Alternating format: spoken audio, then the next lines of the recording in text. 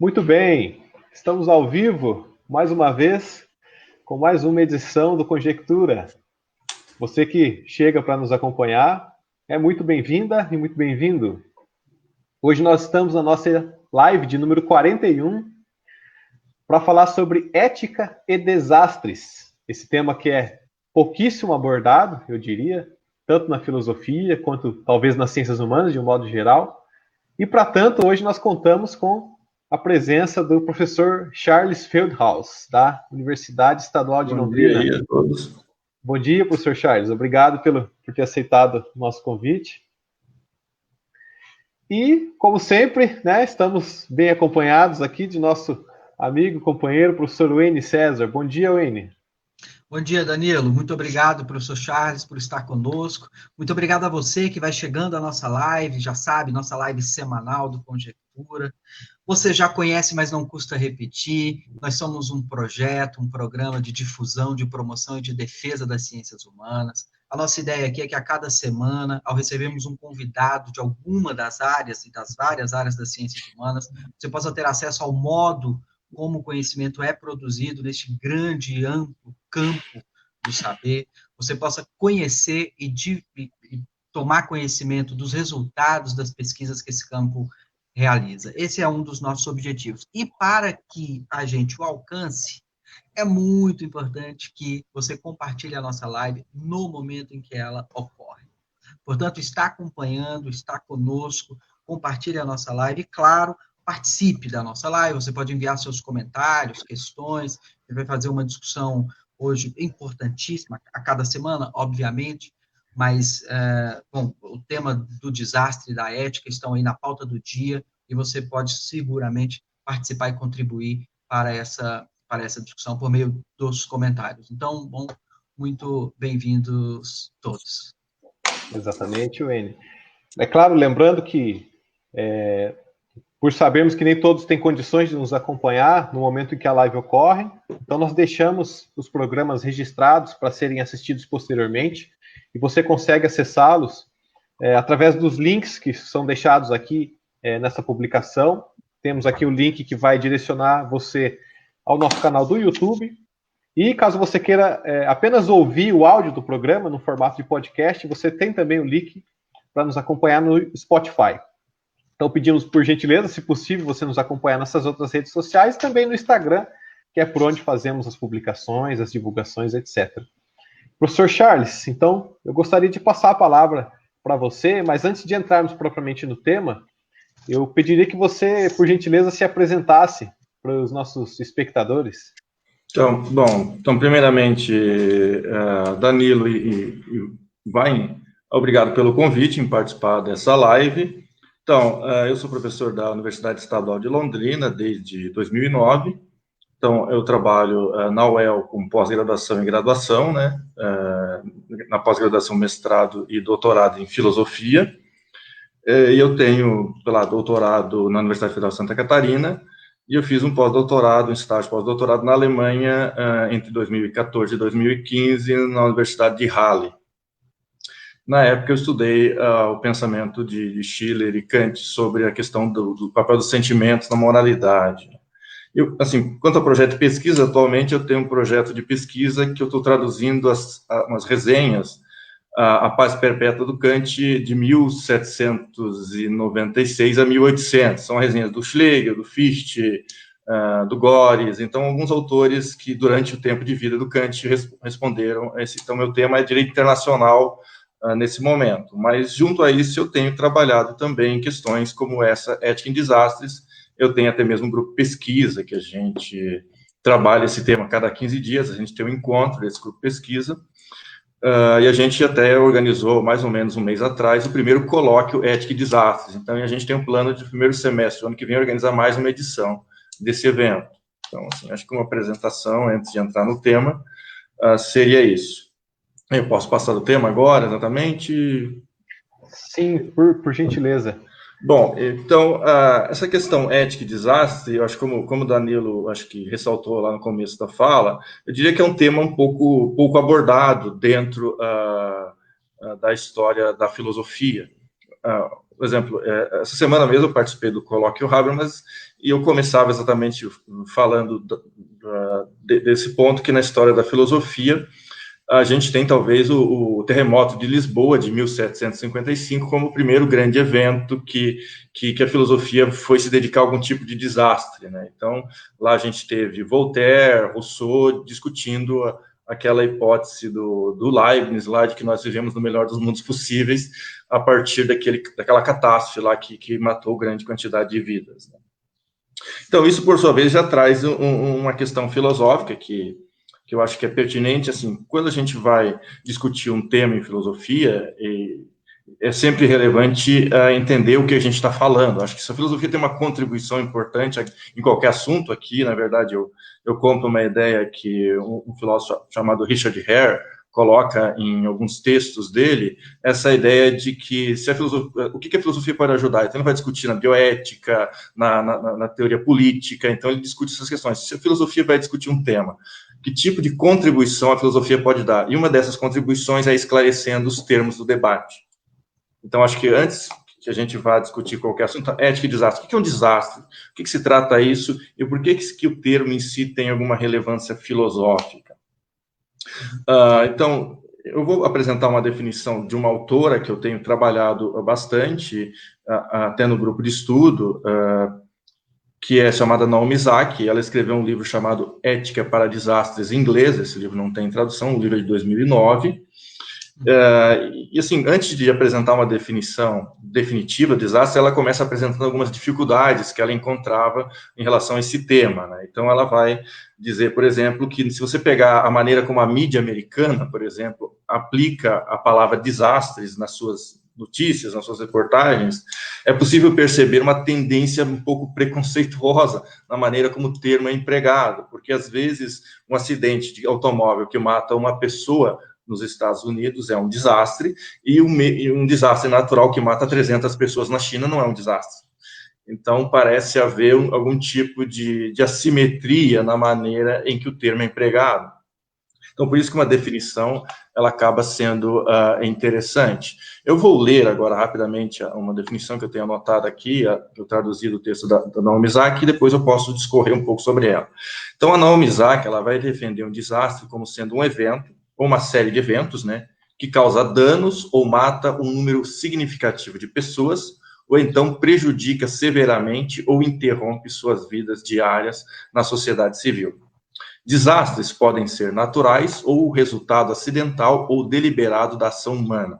Desastres sempre ocasionam surpresa e choque, eles são não desejados por aqueles afetados por eles, embora nem sempre imprevisíveis. Desastres, portanto, geram narrativas e representações da mídia, do heroísmo, das falhas, das perdas daqueles que são afetados e respondem, então, a esse tipo de evento. Então, assim, se a gente analisar o que ela... Então, desastre, primeiro, ele causa uma grande quantidade de danos, seja material, seja o número de morte de pessoas. Claro que, às vezes, a gente emprega o termo para uma quantidade menor, um pouco, e depende... do que se trata, mas assim, eu acho que uma característica que é interessante até para o nosso contexto atual, até para classificar, por exemplo, a pandemia que a gente vive como desastre, é que, claramente, essa pandemia interrompeu a nossa vida na sociedade civil. Então, a nossa maneira de viver normal, ela não está normal já faz algum tempo. Então, a gente, por que uma pandemia, e depois a Naomi Zak vai citar uma lista de eventos que são desastres, e desastres são terremotos, furacões, pandemias, então um grande conjunto de eventos, seja naturais, seja resultados de ação humana, são classificados dessa maneira. E também, geralmente, desastres, eles são, na maior parte do tempo, não previsíveis, né? Claro que a gente pudesse dizer, lá no início, quando iniciou a proliferação do vírus, vamos dizer assim, a contaminação lá na China, havia essa possibilidade de acontecer o que está acontecendo hoje. Então, assim, depois que iniciou, era um pouco previsível, mas a gente não sabia que ia iniciar isso lá na China. Então, ou seja, há partes previsíveis e em parte, eles não são completamente imprevisíveis. E daí, claro, tem questão de causas disso, então aqui não cabe aqui discutir isso, mas Tipo, uma pandemia é geralmente resultado de certos conjuntos de ações humanas, que não precisamos entrar no mérito aqui, entre as quais desmatamento, contato entre seres humanos e animais silvestres, que tem uma certa cepa de um certo vírus. Então, tudo isso vai levar a uma certa sequência de eventos. Bom, além de definir o termo, daí o que eu gostaria de trazer também aqui para essa fala de hoje, que eu acho que, para mim, foi a coisa que mais chamou a atenção nesse livro dessa autora chamada Naomi Zak, é que não é que não exista nenhum tipo de discussão em filosofia de desastre, principalmente da ética em desastre, mas eu diria que é uma tendência a discutir essas questões muito mais com casos do trem desgovernado.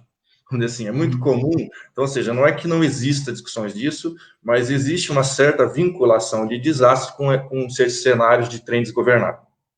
E eu acho que essa autora, ela tenta mostrar que isso não é necessário que seja assim.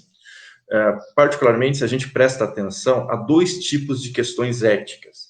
Então, porque assim, todos esses cenários de trem desgovernado, eles tratam da seguinte questão: qual é a melhor resposta para uma coisa que já aconteceu?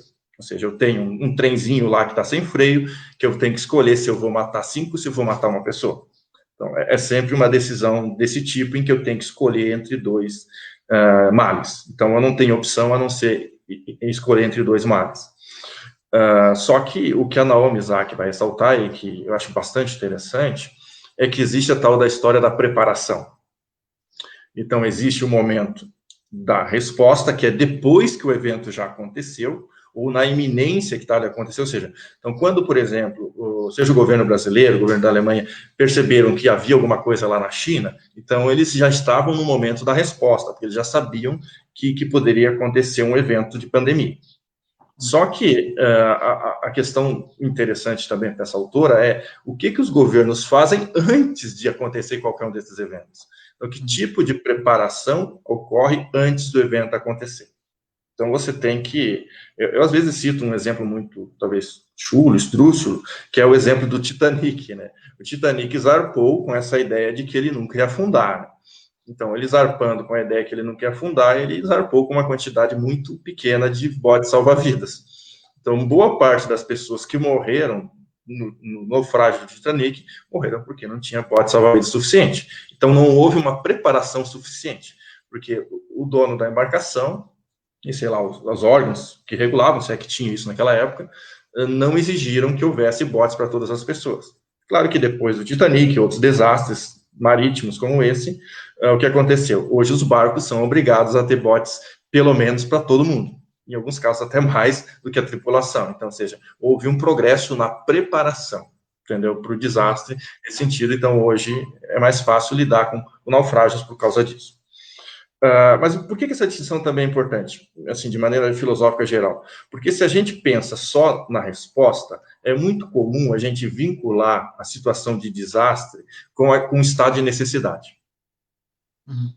E com o estado de necessidade, a gente costuma pensar o quê? A gente costuma pensar que em situação de necessidade não há lei. O Kant vai dizer lá na Metafísica dos Costumes, lá para necessidade não tem lei. O Kant vai discutir, por exemplo, o conceito de direito dele, que é o direito no sentido adequado, versus o estado de necessidade e equidade, por exemplo. E ele vai dizer que o direito de necessidade, a ideia não reconhece lei ou coisa que o vale, então ele vai discutir esse tema. Eu diria que muitas pessoas vão discutir desastres exatamente trazendo para a cena essa ideia de que desastre é uma situação de necessidade. E qual é a consequência disso? O que a Naomi Zak está atacando, que eu acho que é interessante? Porque daí as pessoas são levadas a pensar que eu tenho uma moralidade para a vida cotidiana e eu tenho uma moralidade para os desastres, ou seja, existem duas moralidades diferentes, ou até não se aplica a moralidade, ou seja, necessidade não reconhece lei, então eu faço o que eu posso, não o que eu devo. Uhum. Até essa ideia é filosoficamente bem relevante, então tem esse tipo de discussão, e assim, o livro da Naomi Zak é muito interessante, até, por exemplo, a questão... ela vai discutir virtudes também, em relação a essa questão de necessidade ou não, que assim, uma melhor preparação faz com que a gente não precise quebrar regras. Ela cita um exemplo sobre virtude, que é o seguinte: a gente poderia pensar que em desastre a gente fosse aplicar, por exemplo, a virtude do Aquiles, ou seja, uma virtude sobre-humana, coisa assim. A gente não pode exigir isso das pessoas. Então, ela vai citar um exemplo concreto de um barco, que é o Skeleton, o barco do Skeleton, que durante um certo período ficou, acho, vários meses trancado na Antártida, e as pessoas que estavam nesse barco conseguiram sobreviver, todas elas. A única pessoa que teve um problema de, tipo, uma gripe, uma coisa pequena lá, ou seja, toda a tripulação se salvou, apesar de diversos meses, assim, preso num local inóspito. Claro que a gente também não pode exigir que todo mundo tenha a preparação desse grupo de pessoas que fazem expedição, mas a questão é, se a gente tiver a melhor preparação, a gente vai ter menos necessidade de fazer concessões às nossas regras.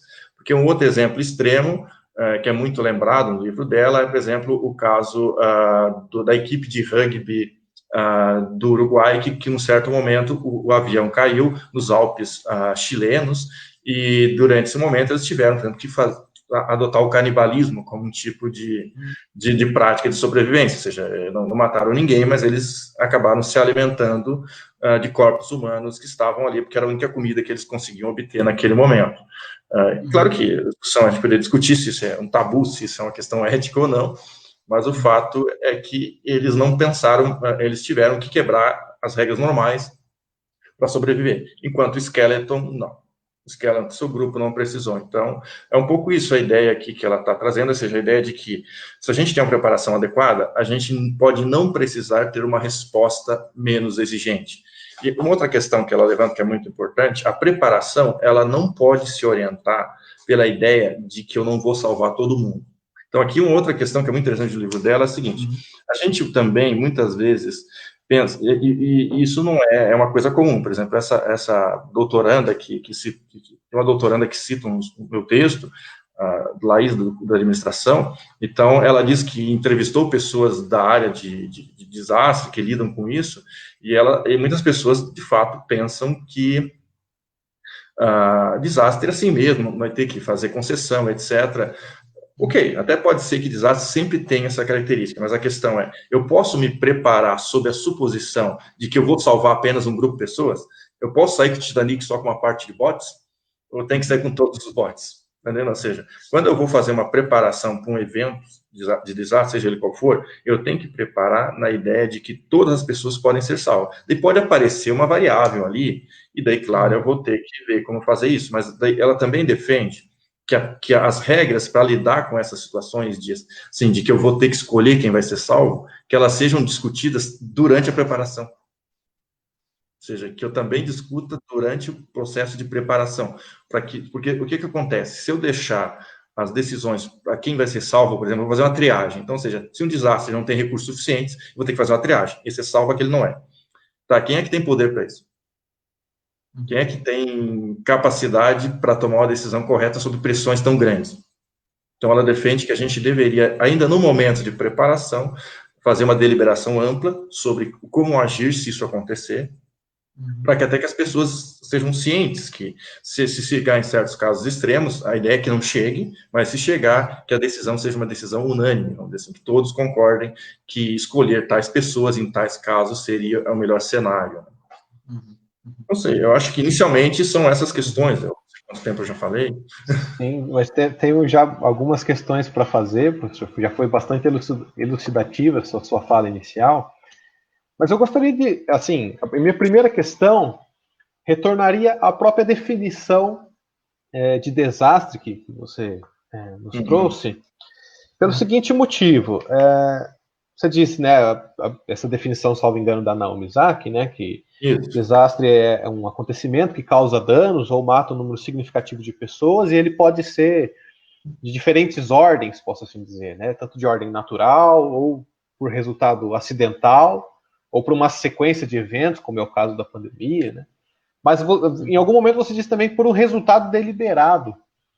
Eu fiquei pensando... Às vezes, pode ser... assim, pode ser o resultado... Assim, a gente pode... Vamos pensar, por exemplo, esses desastres ali, que até a imagem que a gente tem ali do nossa fala de hoje, aquele desastre de Minas Gerais ali, do rompimento da barragem. Eu não vou dizer que as pessoas ali quiseram aquilo, mas ali há um papel muito grande da ação humana. Assim, primeiro, se constrói barragens daquele tipo.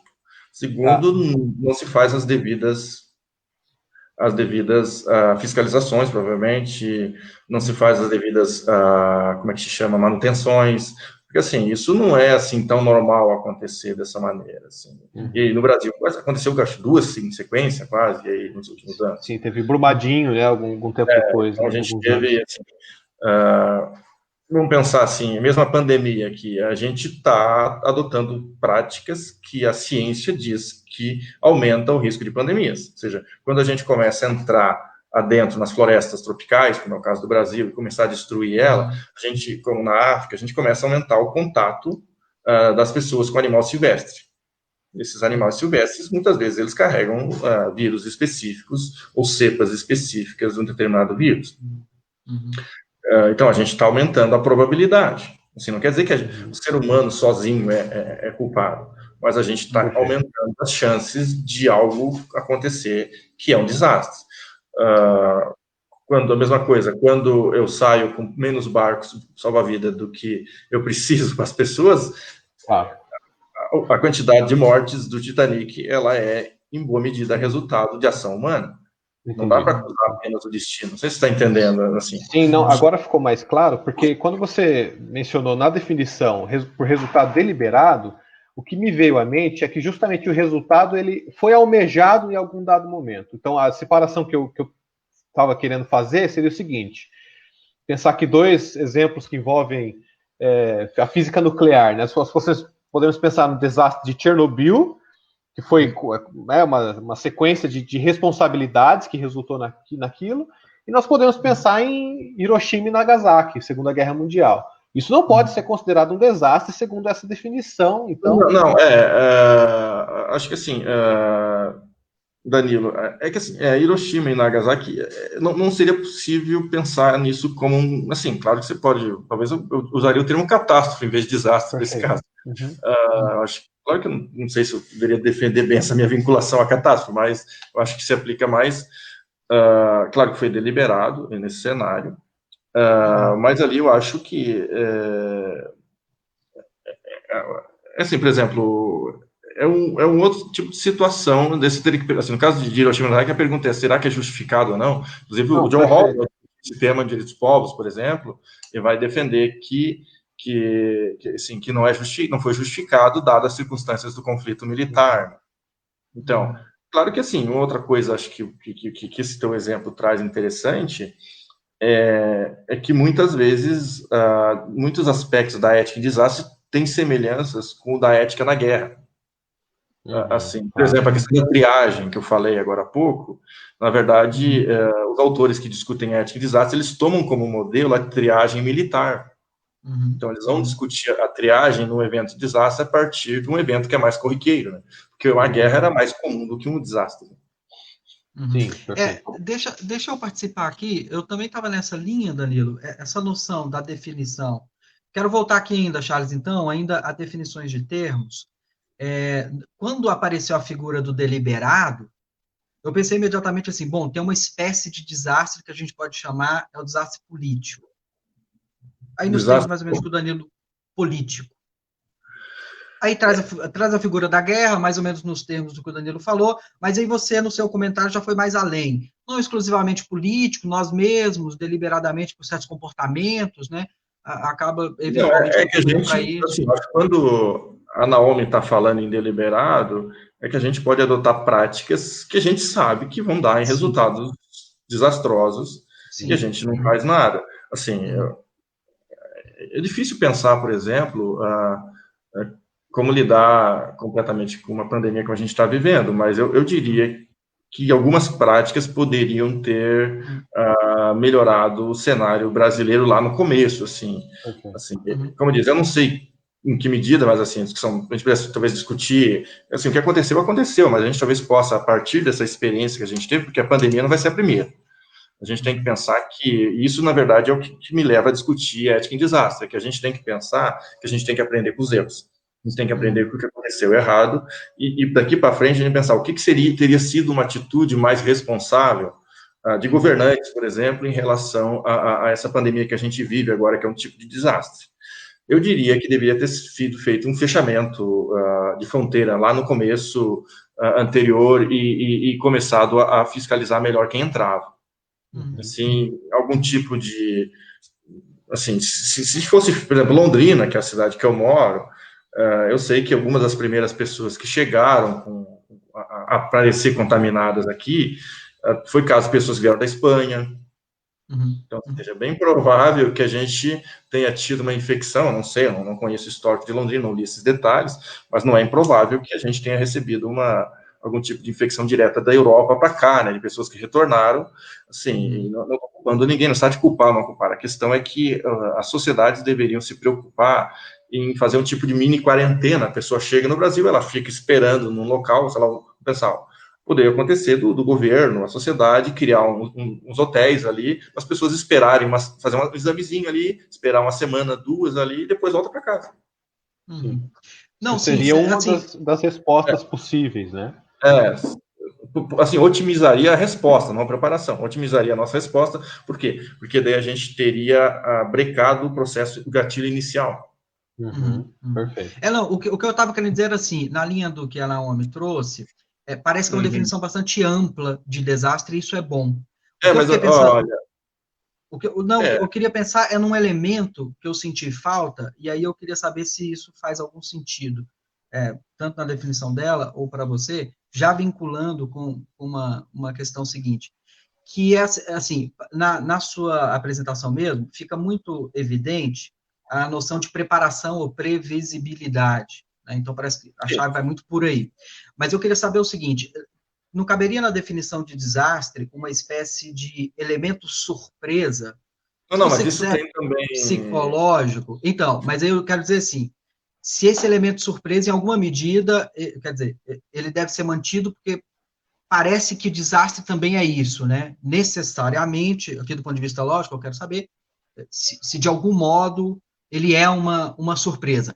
Isso não invalida em nada e nem contradiz a ideia da preparação e da previsibilidade. Não, acho que você levanta um ponto bem interessante, Ryan, porque assim, de fato, a gente vai se preparar, na verdade, para desastre de maneira mais geral, né?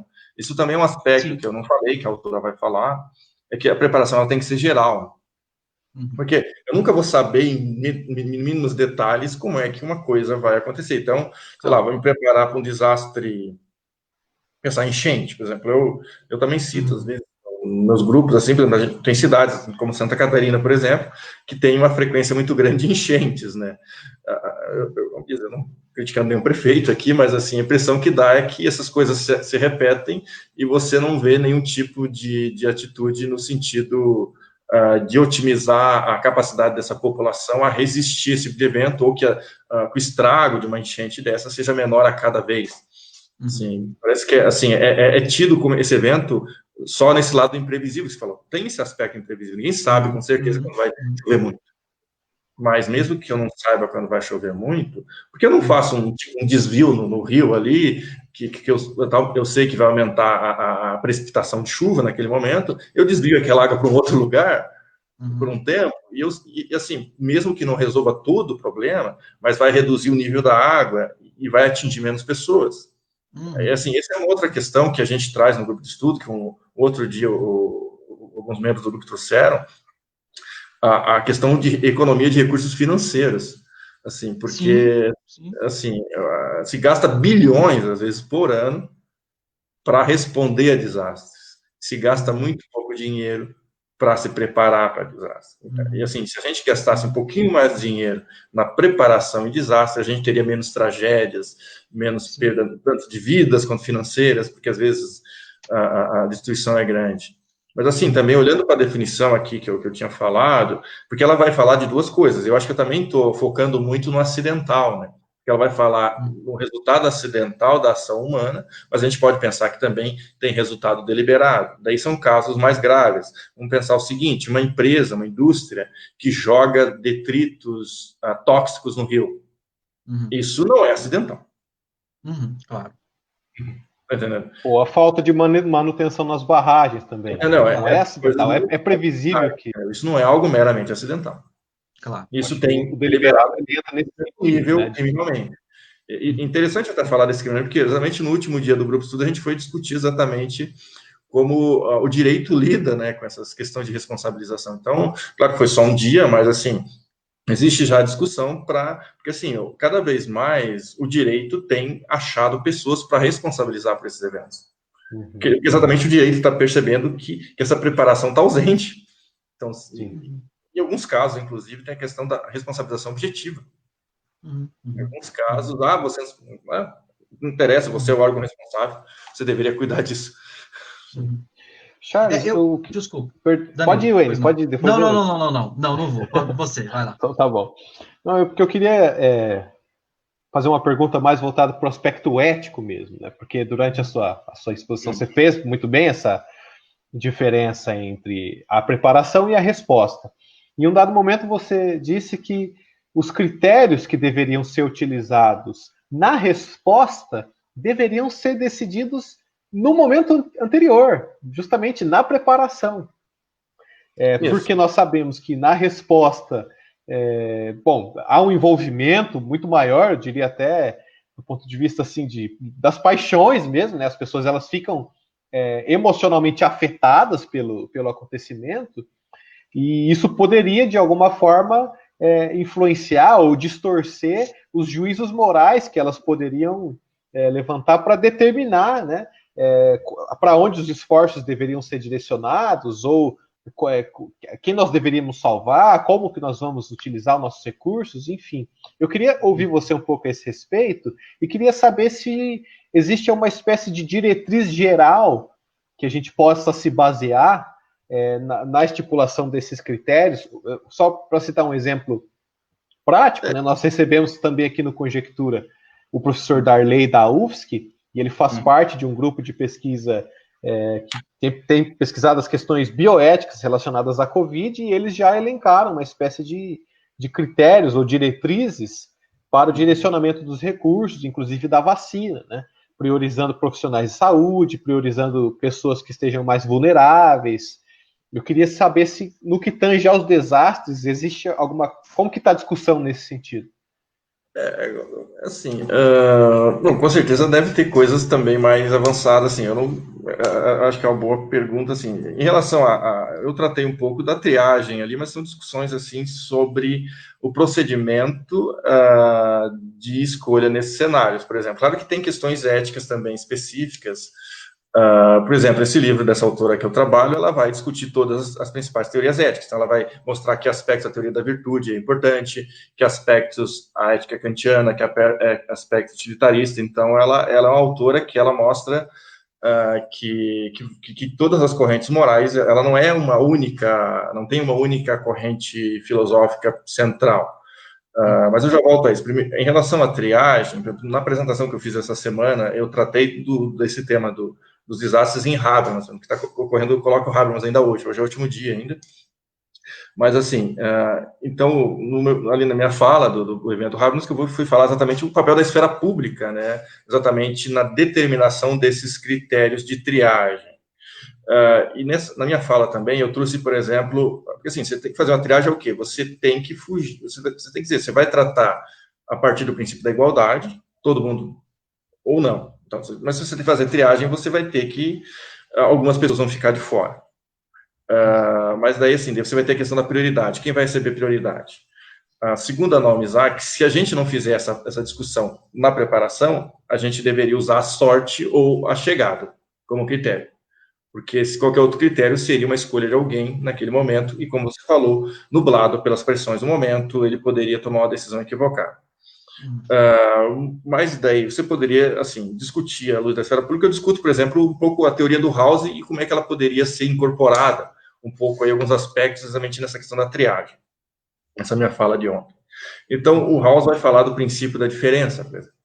Então, vai ter o princípio da diferença vai tratar exatamente do tratamento desigual. Será que é possível um tratamento desigual na triagem? Será que ele é justificado? Então, ou seja, qual é o critério que o House vai usar para esse tratamento desigual e que se justificasse, por exemplo? Seria se fosse uma diferença entre pessoas que trouxesse vantagem para todos lá na primeira formulação. E depois ele vai colocar a posição social relevante, que é o menos favorecido. Que nesse caso é quem? O doente. Então, ou seja, no meu texto de ontem eu falei, por exemplo, que a gente poderia conceder prioridade a pessoas da saúde. seja, se uma pessoa da saúde está doente, se a gente consegue curar ela rápido, ela poderia, num curto prazo de tempo, atender outras pessoas. E eu otimizo o número de pessoas que são atendidas. Claro que parece um cálculo utilitarista, mas nesse caso é o que eu acho que tem um viés um pouco nesse sentido.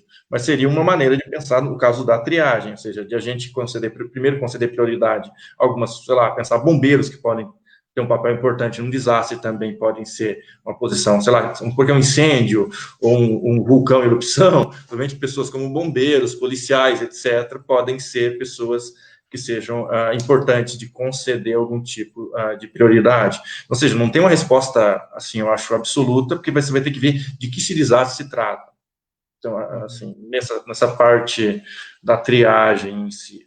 E daí você vai discutindo aí se tem ou não outras prioridades, se não, você vai, sei lá, você vai colocando... Assim, a ideia é que o critério de triagem, ele vai variar um pouco de sociedade para sociedade. Então, a autora disse assim, que vai dependendo da sociedade que você vive, eu acho que o mais justo na visão dela é que haja uma ampla discussão pública. E assim, existem sociedades, por exemplo, se a gente pegar exemplos históricos, que valorizam mais os idosos, tem sociedades que valorizam mais os jovens, e você não pode dizer em absoluto que um está certo ou está errado em relação a isso, porque vai depender, um valoriza mais o conhecimento adquirido de um adulto, outro valoriza a quantidade de vida para viver de uma criança.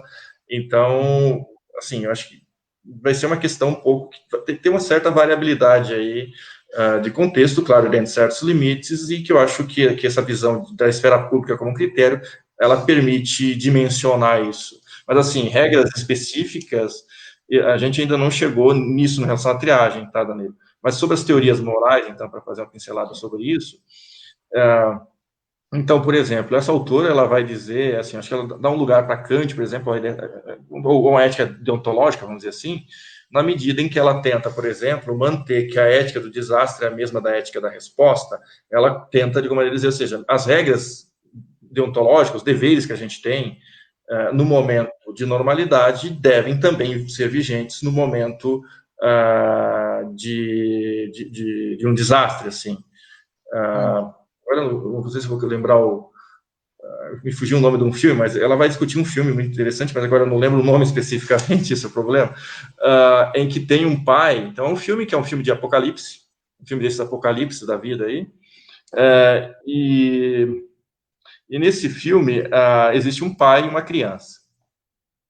E esse pai, ele faz com que essa criança não precise nunca quebrar regra nenhuma. Então, toda a história é centrada na figura de um pai que tem um certo caráter protetor, mas que ele vai criando condições para que o filho nunca precise... Assim, a sociedade está um caos. As pessoas roubam, matam, se agridem, então, seja... E o pai cria, tipo, quase que uma redoma ali para que o filho dele viva segundo obrigações dos tempos normais. Então, para ele, a ética normal continua vigente, ele faz tudo para isso acontecer. Claro que isso pode ser problemático em alguns contextos, quando a necessidade é extrema, né? E ele teve condição de fazer isso, teve uma preparação mínima para isso, mas há essa visão de que esses valores podem vigiar, a ideia é que o ideal é que vigissem também durante um desastre. A ética de virtudes é importante também, porque na triagem também, nesse momento, essa autora vai falar da triagem, porque, assim, às vezes você vai estar numa situação em que você não tem critério claro ou não foi possível prever lá na preparação o critério da triagem, ou como resolveria aquela situação. Então, assim, você vai precisar de pessoas com uma frônesis, né? Com uma capacidade prática desenvolvida para elas tomarem essa decisão, que mesmo que na pressão das circunstâncias, mas não afetadas pelas paixões da maneira errada. Então, entendeu? Então, aí também entra essa ideia da razão prática, da liberação prática e dessa capacidade. Então, rapidamente, só me permita um parênteses, é que esse filme que o Charles mencionou é um filme excepcional, já fica aí a sugestão para quem estiver nos acompanhando. O nome do filme é A Estrada, né? Em inglês é The Road. O ator que faz o filme é o Viggo Mortensen, é o mesmo ator que fez o Aragorn no Senhor dos Anéis.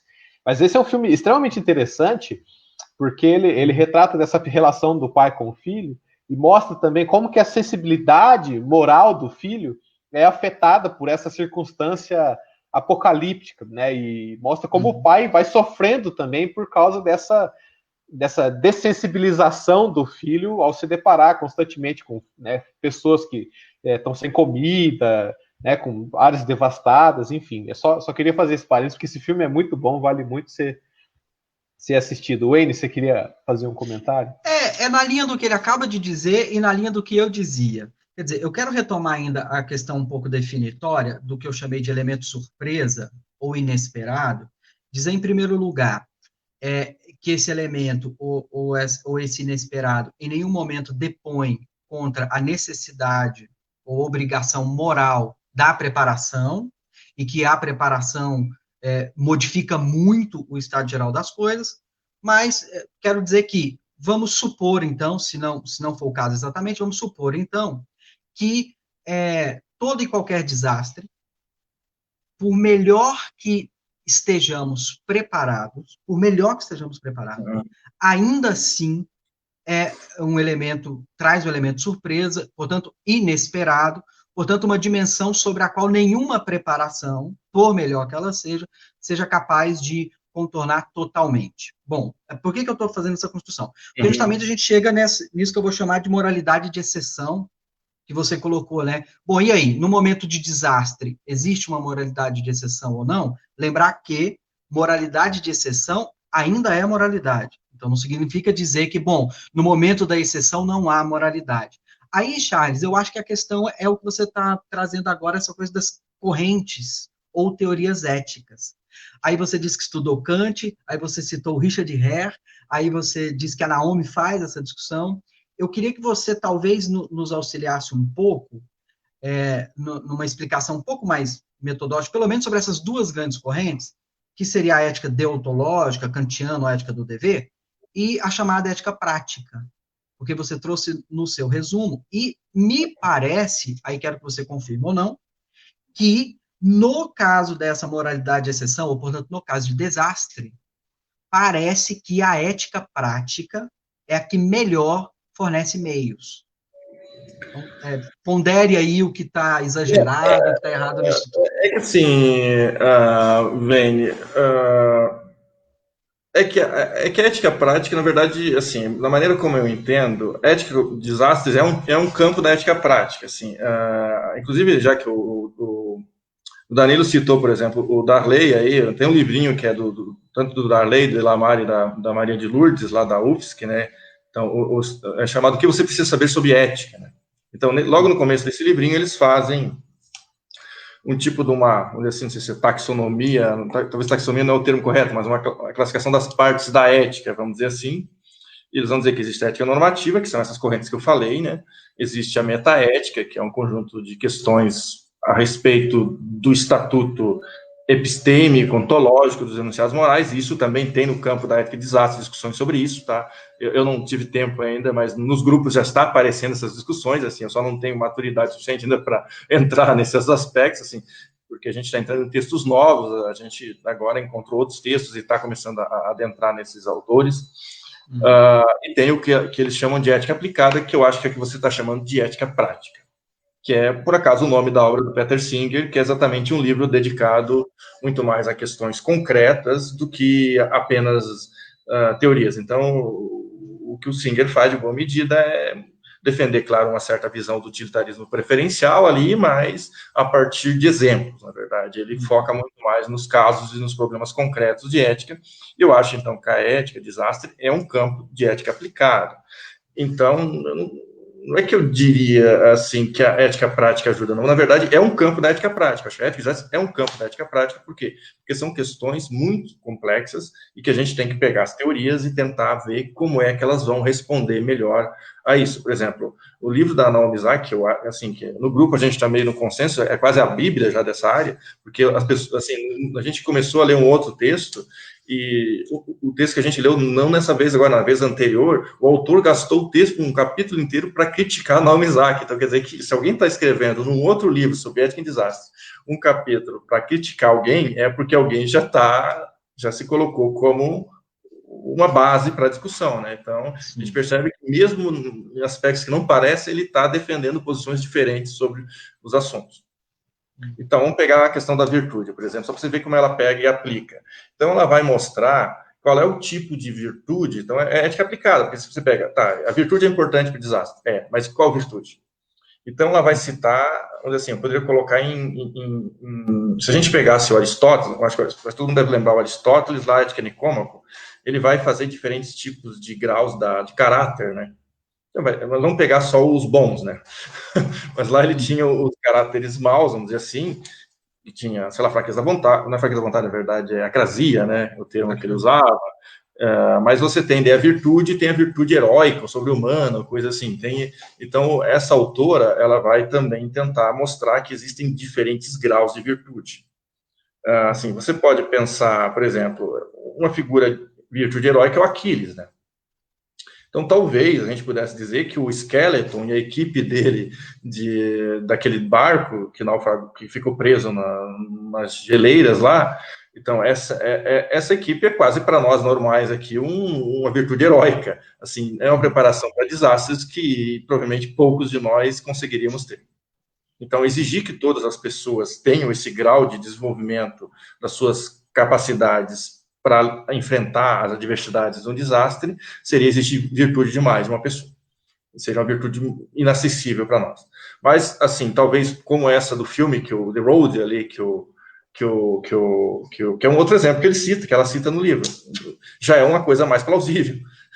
Assim, porque há caráter naquele pai, né?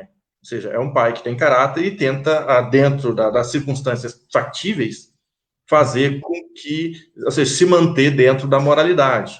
Então, ou seja, essa é uma virtude mais praticável. Então, a gente deveria mirar, talvez, The Road, não Skeleton, porque o Skeleton também tem um filme.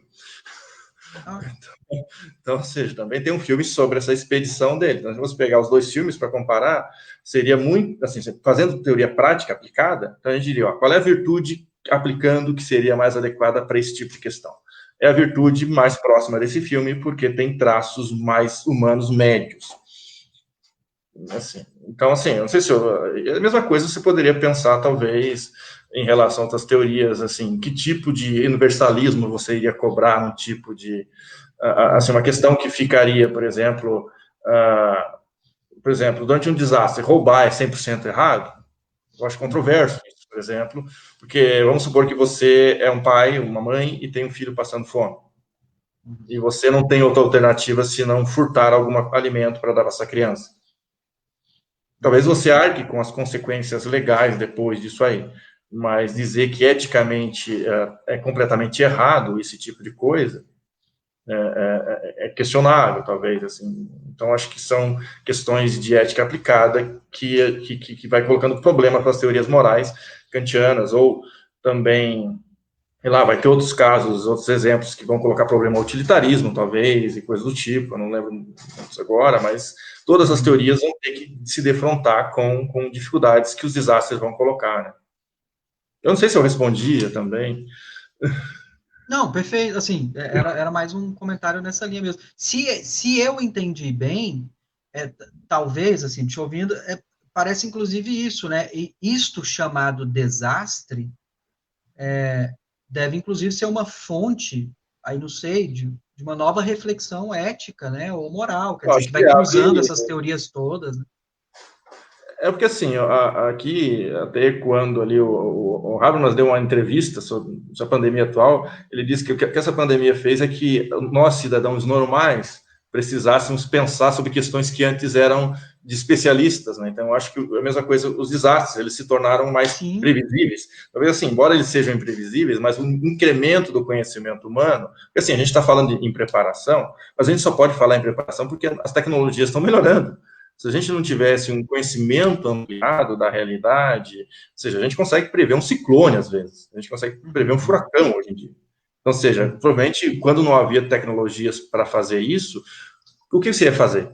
Você não tinha como dar uma resposta ou fazer uma preparação adequada para um furacão, para um ciclone, se você não tinha isso. Você poderia até, talvez, tentar fazer uma casa melhor, etc., mas era mais difícil fazer isso. Assim, na medida em que você prevê melhor, você tem todo um conjunto de variáveis que você controla mais, e daí você pode oferecer uma preparação boa para dar uma resposta melhor. assim, eu diria isso em vários campos. A mesma coisa, é porque a gente tem redes de informação rápidas que a gente soube, quando aconteceu o problema na China, que estava havendo um fluxo lá de algum tipo de doença. Ou seja, a gente pode não ter respondido adequadamente, mas a gente sabia disso, e a partir de agora a gente vai talvez se antenar mais e pensar, olha, está acontecendo um surto lá de uma doença, né, no Brasil, lá, sei lá, vamos pensar no Amapá, por exemplo, que está tendo problemas, né? Então, ou seja, aparece uma doença ali, então a comunidade global ela vai se mexer, ela vai começar a criar algum tipo de mecanismo de proteção. Então, tem previsibilidade, porque a gente não sabia, por exemplo, quando a gente soube que tinha um surto na China, a gente não sabia qual era o grau de infecção dessa doença, a gente não sabia muita coisa sobre essa doença. Mas a gente sabia que estava acontecendo. E, assim, eu acho que quer dizer que aumento de conhecimento vai aumentar a nossa capacidade de resposta. Porque se a gente não faz isso, esse é um outro detalhe que essa autora coloca. Preparação, na medida em que a gente sabe, se torna obrigação. Sim, moral, não é? Se torna, assim, a questão é que assim, eu acho que o que ela faz, e que eu acho muito interessante, é deslocar a obrigação da resposta para a preparação e passa a ser um imperativo ético. Sim. Desse ponto, então, Charles, ela fala alguma coisa a respeito de imputabilidade e negligência na preparação? Porque estou pensando aqui, né? Eu não lembro muito, assim, esse texto que a gente discutiu semana passada, então vai falar, eu acho que é um tema que está aparecendo, mas eu acho que ela não vai falar muita coisa. O que ela faz, eu não vou lembrar todos os detalhes aqui, ela faz um código de ética para desastre. Ela pega o exemplo da crise da água, né? Eu não lembro todos os detalhes, mas eu tenho só uma cópia. Porque o que eu estou pensando é o seguinte, nós discutimos aqui, né, dessas consequências. Então, por exemplo, um desastre pode levar a um estado de necessidade, onde cada um se vê forçado a quebrar determinadas regras, mas aí, veja o meu ponto, né, daí a gente discute se seria certo ou não, por exemplo, o pai e a mãe roubar a comida, assaltar, né, a vendinha do bairro para pegar comida, para se alimentar os filhos, etc.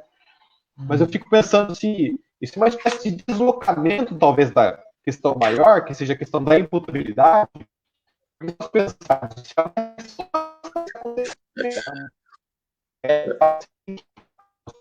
Está cortando um pouco para mim, eu não sei. Para mim também. Danilo, vou te interromper, porque tudo indica que a sua conexão está bem ruim. Agora melhorou.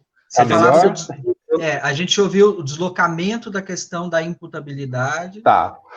Eu vou tentar retomar, então. Porque discutia, né?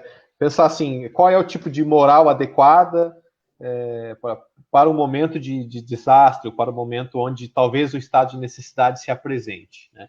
Se seria legítimo uma mãe ou um pai assaltar uma venda, enfim, para pegar comida para salvar os filhos. Mas veja, ok, eu entendo que essa é uma questão válida, é uma questão que se apresenta cotidianamente, inclusive, numa sociedade injusta como a nossa, mas aí por que eu quero trazer, por que eu acho que é um deslocamento da questão? Porque isso é uma resposta a uma falta de preparação, talvez, né?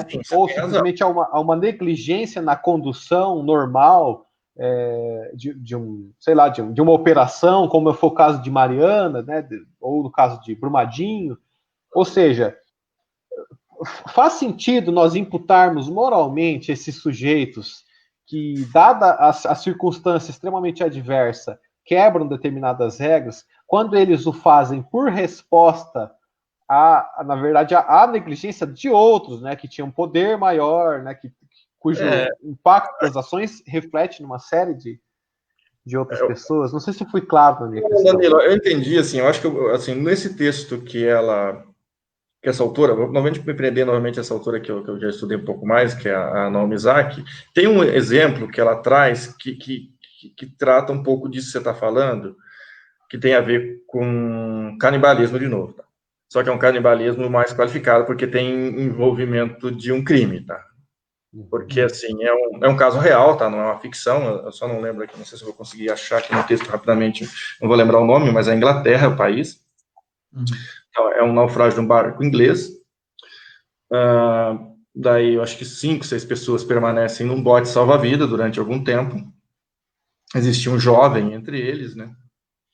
E só que passam alguns dias, acaba todos os recursos, né? E essas pessoas não perceberam que não iriam viver todos iriam morrer em poucos dias sem comer e beber. E eles, fazendo análise da situação, muitos têm família e coisa do tipo, tinha um rapaz que não tinha família, era solteiro, etc., eles matam esse rapaz. E praticam canibalismo aí para sobreviver. Alguns dias depois eles são resgatados e são levados à corte na Inglaterra.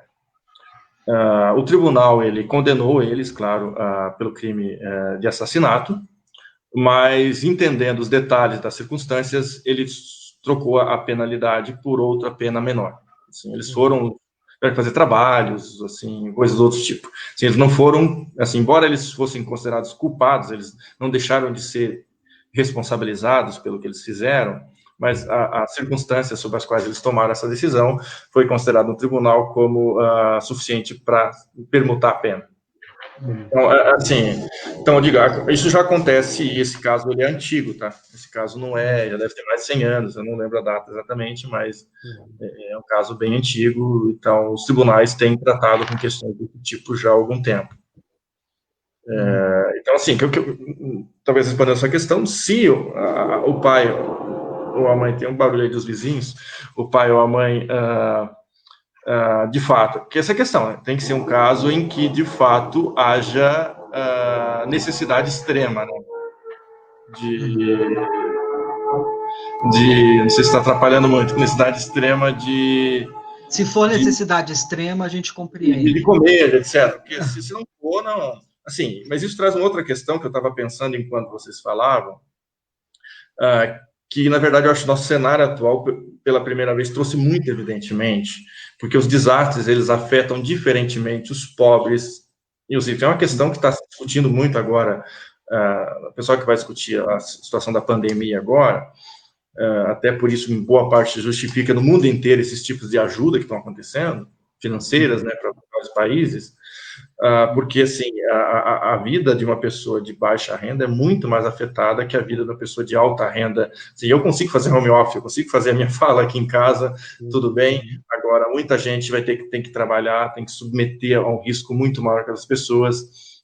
Então, ou seja, há uma certa distribuição assimétrica do ônus durante esses eventos, e eu acho que esse evento que a gente está vivendo, ele vai servir como um pontapé para pensar diferente essas questões. A gente vai ter que repensar essas questões e tomar ciência que tem que lidar de maneira mais consciente. Como diz, eu não sei como ainda, como diz, eu acho que se tem uma coisa que, como ele colocou, é uma questão de ética prática, uma questão de ética aplicada, não tem resposta pronta, mas a gente tem que pegar esses recursos, essas discussões sobre responsabilidade, sobre teorias morais, e tentar ver, assim, porque, na verdade, a resposta vai ser coletiva, né? A resposta vai ser, não é um filósofo que vai criar uma teoria pronta para resolver esse problema, o filósofo pode até auxiliar, a autora aqui cria algumas regras gerais, mas ela diz muito claro, são regras gerais, isso aqui precisa muito mais coisa.